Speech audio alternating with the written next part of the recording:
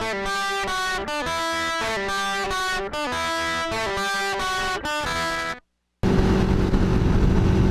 morning, ladies and gentlemen. How's it going? Oh, it has been a while.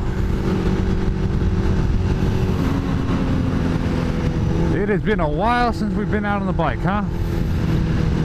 I know.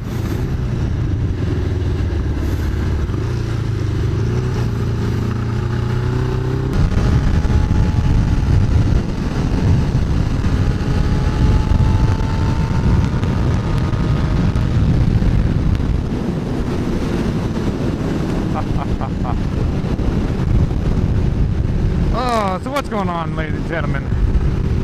My name is Renegade, and if you're new to my channel, or maybe you haven't seen all my videos, you might not know this bike.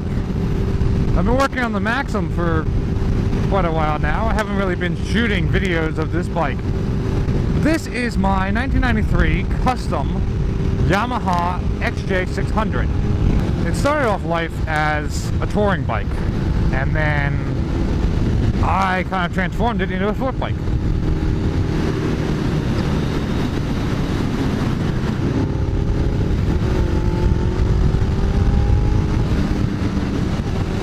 Now I'm taking my XS400, which was kind of the crossover model. It was probably about the equivalent of your sport touring bike of today. It was in between the Seiko, which was the sport bike, and the Virago, which was the touring bike. And I'm turning that into a cafe racer. And we're doing all this custom work, which I'm probably sure leads to the question of, why custom? Why is everything you do got to be customized? Why can't you just leave it stock? Well, where's the fun in that? I love having customized vehicles. And even better when you can go a step further than what most people are doing with them, because that just makes it even more interesting.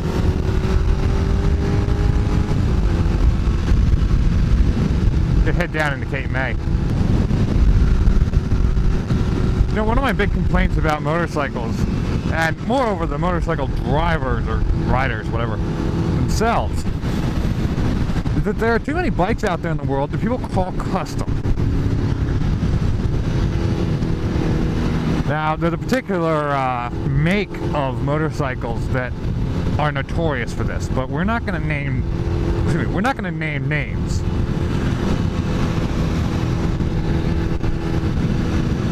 But they'll call it custom, which means that they've gone to the brochure or the catalog, whatever, and they've picked out all these parts to slap on. They're simple bolt-on parts. And they're the same things that everybody does to all their bikes. You know, with this particular manufacturer that I'm talking about, you get your bolt-on different windscreen.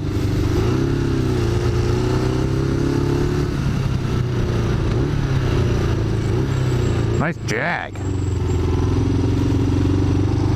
Cool.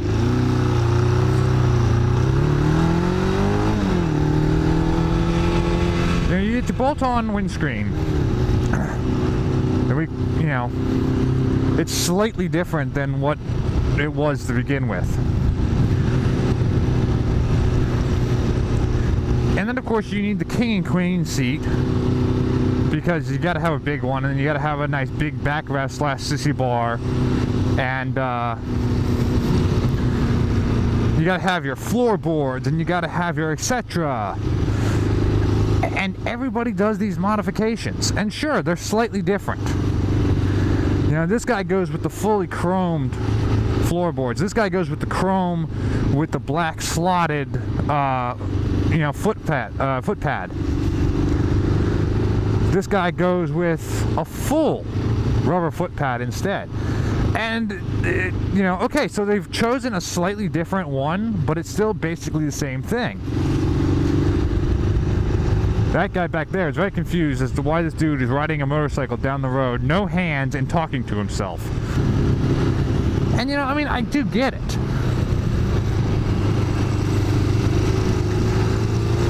I get that it's great to have parts that are available for your bike. You know, it's great to have a plethora of parts that you can just pick out, choose whatever you want, and bolt it onto your bike. No modifications, no difficulty. Just boom, put it on. Great. I've never really had that bike, to be honest. You know, my first bike, it was old. It wasn't the very easily customized bike, even at the time. You know, now I have got this bike, and there are modifications and aftermarket parts that you can now get. They're still not super easy to come by.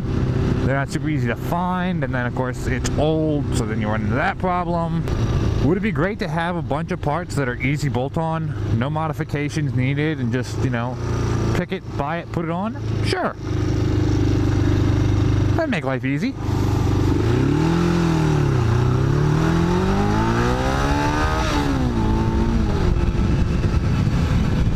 But would it make things more interesting?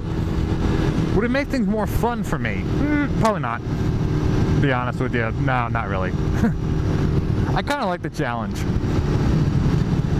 I've said it in other videos before that I enjoy being creative. My brain is very easily considered to be two halves. Part of me is an artist. The other part of me is a mechanic.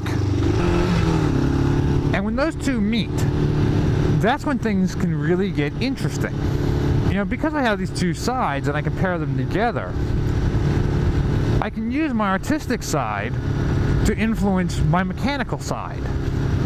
Meaning that I can take, you know, what could be done to a motorcycle and look outside the box and then do something slightly different. Do it on a Gixxer. Nice. You know, a prime example, when I was working on the EX500, I didn't like the fact that one side of the rear sets had a heel guard and the other side didn't. I thought that design-wise, that was kind of stupid. But of course, you can't get a rear set for that bike. So, I just made a new heel guard. Put it right behind the existing rear set. I'm not really going anywhere in particular. I'm just kind of riding around now. But if it hadn't have been for that artistic side of me looking at that and going, I don't like that. Why is it like that? Why isn't it like that? I wouldn't have made the changes that I did. Now, granted that it's a little thing. It's a very small thing. But I think in the grand scheme of things, it makes a really nice difference. You know, this bike, I put these panels in. I made these panels and put them in.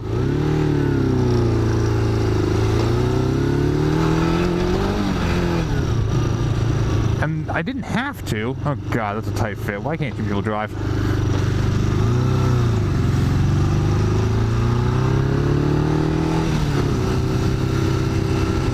You know, it certainly wasn't anything I had to do, but it finishes the look. It's something that, you know, it's a detail.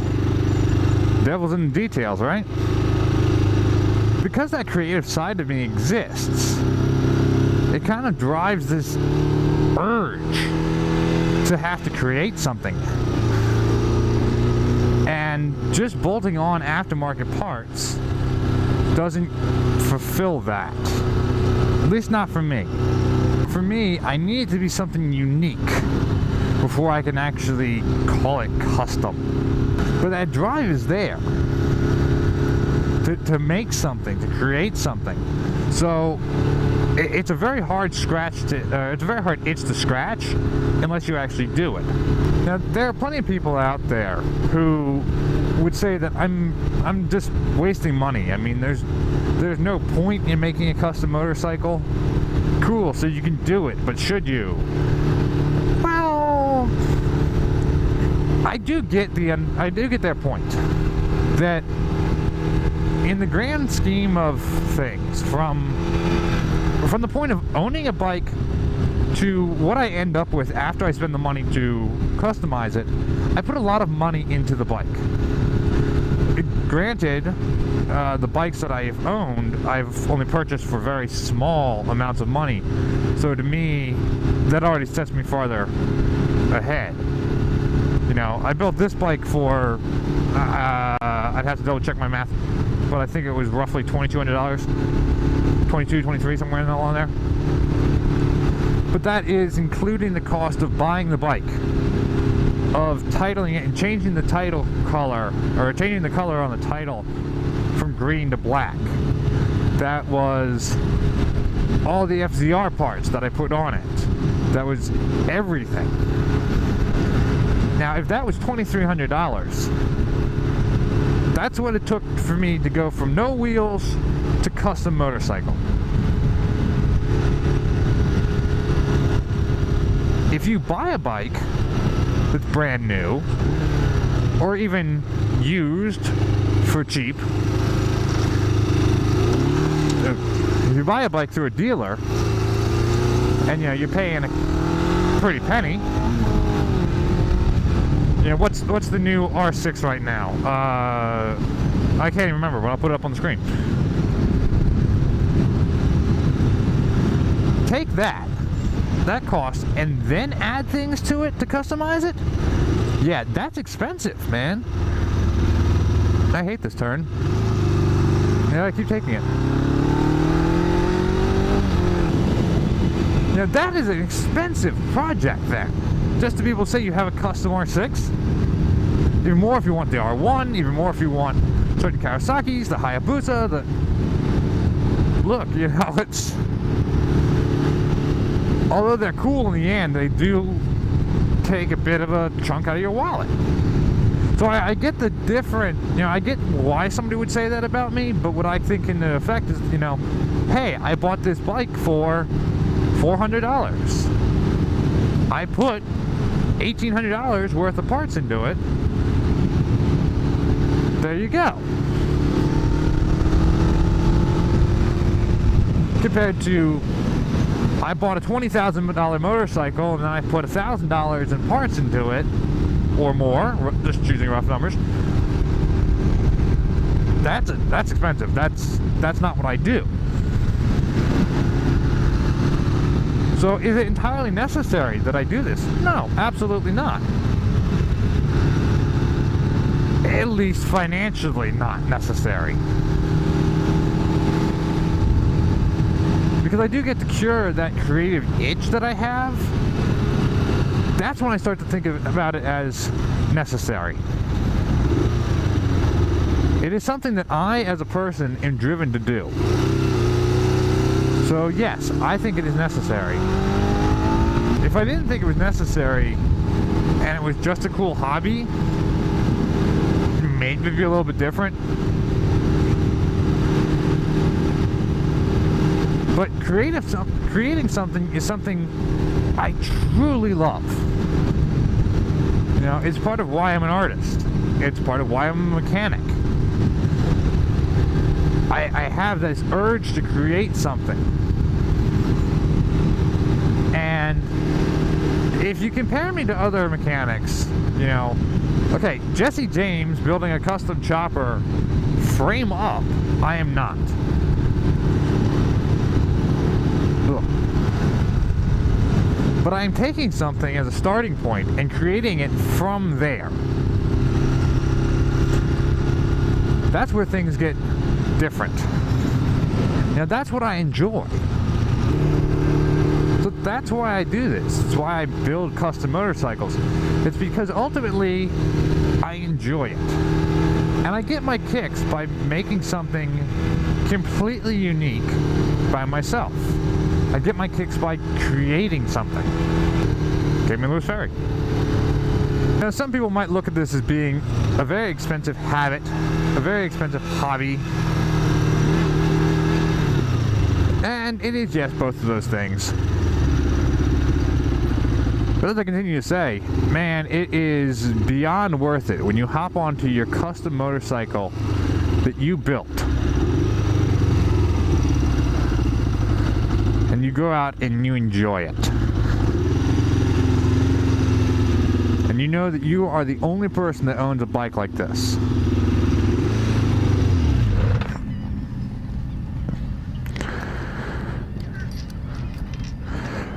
riding a motorcycle is a high that you will never be able to recreate for a sustained period of time like you can a motorcycle. You can ride a roller coaster and you can get the idea, and it's a lot of fun, yes. But riding a motorcycle for the length of time that you do, or even just having the ability to go out and go riding, it is entirely different. But creating a motorcycle that you can then go out and do that with, to me, is a high unlike any other.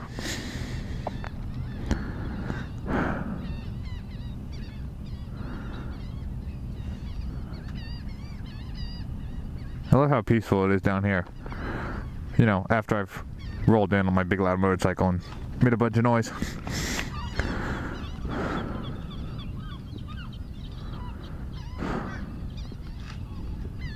It's nice. Alright, that's enough peace and tranquility for me for now.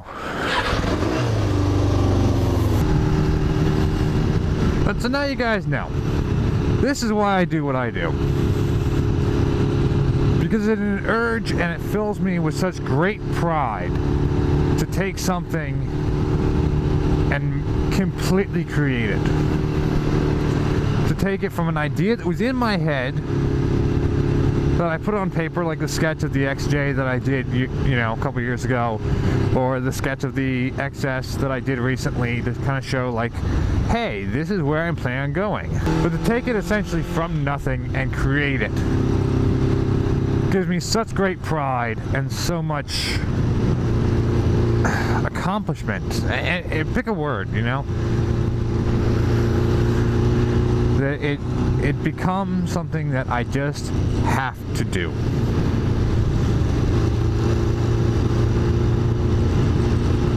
Well, hopefully you all have enjoyed this video. If you have, please give it a thumbs up. And hey, if you want to check out the XS400 Maxim build that I'm doing, that I referenced a couple times, there'll be a link for that down in the description, as well as all my social media accounts. Please go give me a follow on those too. But for today, that's going to do it for me. I'm going to enjoy this nice weather that we're finally having, because thank heavens we're having nice weather. And enjoy the bike. So I hope you all have a good day. Keep rocking and rolling. Remember, my name is Renegade, and I'm always trying to take care of business. I'll see you on the next one.